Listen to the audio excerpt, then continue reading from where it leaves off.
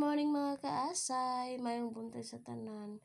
So karon maasayo ko kayo mag-asikaso sa ako nilaban nga puti ako siyang banlawan. So mga 3 days siguro siya na humaglaba, ako na lang gituran og babad og sunrocks kay para ang iyang mga abog-abog ni matangtang ba. So misayo dai ko karon mga kaasay kay tungod mag children's ministry mi mga 8:30. So kinahanglan mo nga tanaw. So salamat sa Ginoo nga ako paminaw nga hubo or katupong lipong. So aron no awa naman. So relax lang, hinahinay lang sa lihok sa.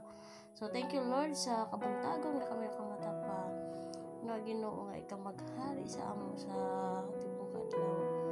So kana kay tungod lagi init man nasayangan man gugol sa init kung dili ni nako mapaypay so sa mulakaw. So kun ni tanan gud nga paypay usa. So kay nagbabad pa man ko, ako lang sa gibisbisan ng akong sibuyas dahon. Ito wala ko na siya ginana. Kay ang purpose ana ba nga gamay na gani ba nga ang akong pambisbis kana ganing dili gani mo anas ang pud ang yuta. So atong unang vlog pag yun ako na nakagi ko na to nga tungod na para dili kan ang mga bunbun nga nasa tanan. So mana damar magidugayan ko dako man pud ang kuan na sulanan ana sa sibuyas dahon so ko na lang gi kuan gito gitang-tangan og takop. O gitang-tangan para diretso na lang pero siguro sa mga seedlings nako mo na gamiton gyud na nako siya.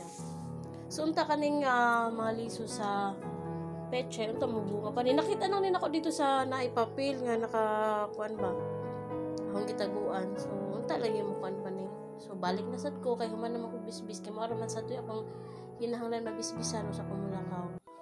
So banlaw pagkawana na syempre paypay kay tungod lagi init naman hinahanglan ako kay napo ko gi kuan diha nga kuan gani sa foam ba so kinahanglan mga paypay na ako kay ang foam wala na siya pangputos. So mo na kinahanglan. So thank you for watching mga kasay. Bye.